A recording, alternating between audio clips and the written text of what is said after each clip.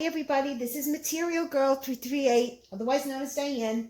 Last night I attempted to make a video, but it was around dinner time and it wasn't conducive to finish the video. So I wanted to start it off again and show you what I want to do. So, like we are aware, everybody is living in this coronavirus lockdown and food is getting very, very expensive. So what I did last night was I had some Yukon potatoes and they were starting to get soft. So I boiled them just in water. And then I took the potatoes, I mashed them up, and I added some semolina, Italian semolina flour. Now, Italian semolina flour is durum wheat, and they grow it very differently than they do here in America. The Italians are very, very strict on any kind of chemicals sprayed on their wheat. So whenever possible, I try to buy Italian flour. Now it comes in a couple of different brands. One you use for making pizza, and that makes the thin pizza, and the other one is for pasta. So one of the brands that I use, and I know you're seeing it backwards, is Caputo, and it's semolina. It's not the American semolina. This is the Italian semolina, which is a very fine, thin flour. You can't see it, but it's very thin. It's not, the American brand is very grainy. And another brand that I just tried this one. I'm going to be using this to make pasta. I don't know who this one is. I just got this. Paolo Marani. I can't pronounce it. But they call it Ramicina di Doro. Now, I know you're seeing it backwards. I'm probably not saying it correctly. This I'm going to use for pizza making and pasta making. So, last night, I made the potatoes, I mashed them up, and I said I'm going to make gnocchi. Gnocchi is very easy to make. It's just egg, flour, salt, and potatoes. Now, the dough, because it was dinner time, I had to put it in the refrigerator. So, I had mixed most of this flour with the Italian flour, the semolina, but I don't want to waste it, and I want to use my all-purpose flour, which is here, okay? Then I'm going to make the gnocchi.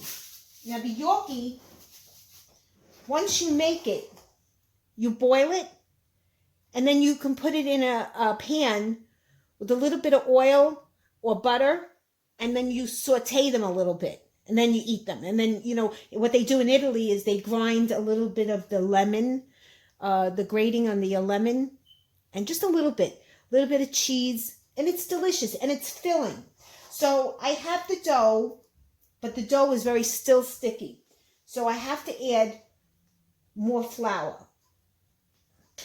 And I just have to work it in. Because you see the dough, how it's sticky. It's going to stick on my hands.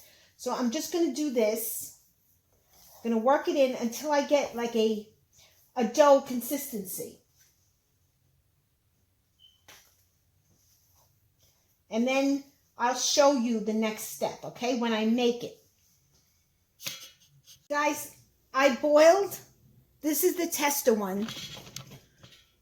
I boiled the gnocchi maybe about a minute and a half.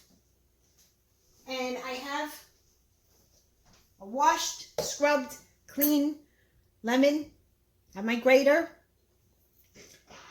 I have some grated cheese. So I'm just going to test it. So you just want to put a little bit of the rind of the lemon just to give it a nice citrusy flavor. And you want to sprinkle a little bit Pecorino Romano. And I'm going to taste it.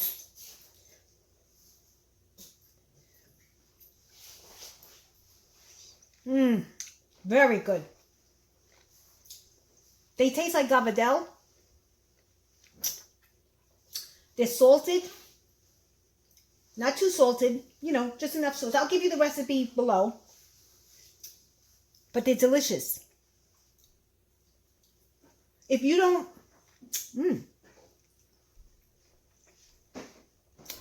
if you don't want to put the lemon rind on it, you can serve this over a sauce, marinara sauce. You can serve this over any kind of sauce you like. You can eat them plain like this, or you can just put the lemon rind, just the rind on it, a little bit of cheese, and when my kids were small, I used to make them pastina, and the pastina is only a butter, egg. You know, after you boil the little tiny baby pastina, you melt the butter, you drain it, you melt the butter. Before you drain it, you scramble an egg, you put it into the water, and then you put some, and then you strain it, and then you put some butter on it, and a little bit of, I used to add a little bit of milk. You could eat this way, but this is a filling dish, and it's, I mean, if you have a family and you're on a budget like everybody, this is a good dinner, and it's a start, so it keeps you going. Okay, guys, if you like this video, please give me a thumbs up. If you have any comments, please post them below, and please subscribe to my channel because I always have other videos coming in. Thank you, guys. Bye. Okay, what I did was I made the gnocchi, and now I wanted to tell you that you could freeze these. Okay, so if you want to make them for that night, it's you could just put them in boiling water and make sure the water's salted. When they float up to the top, they take like 1 or 2 minutes to cook. As soon as they float up to the top, take them out, and you serve them either with spaghetti, with pesto.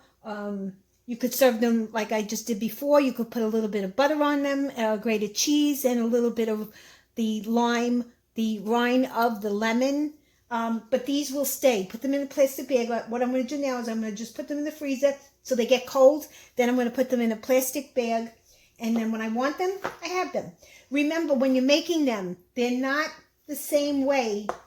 The consistency is different when you make them. It's not like pasta dough. Pasta dough is completely different. It's more pliable. These are very soft and they stick. So because they stick, you have to keep on flouring your, your board. I don't know what the name of this is. If you don't have this, you can do it with a fork.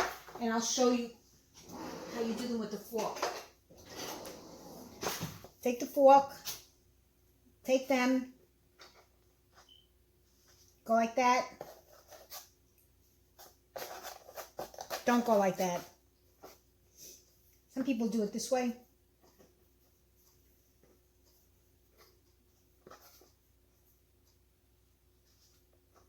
Okay?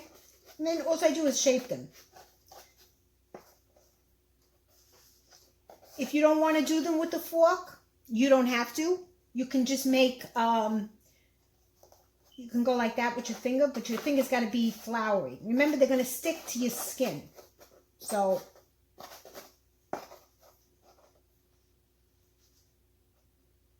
okay. And it's the same concept as doing it with this. All right? This is a quick, easy tip. And it's not a lot of ingredients. It's just Yukon potatoes, salt, 1 egg, and flour. Use all-purpose flour. I use the Italian flour. You don't have to use that. Not everybody has that. I just used it, but now I'm using my all-purpose flour, which is over here. So, okay, guys, thank you. And if you like this video, please give me a thumbs up. If you have any questions, please post them below. And please subscribe to my channel because I always have other videos coming in. Thank you. Bye, everybody.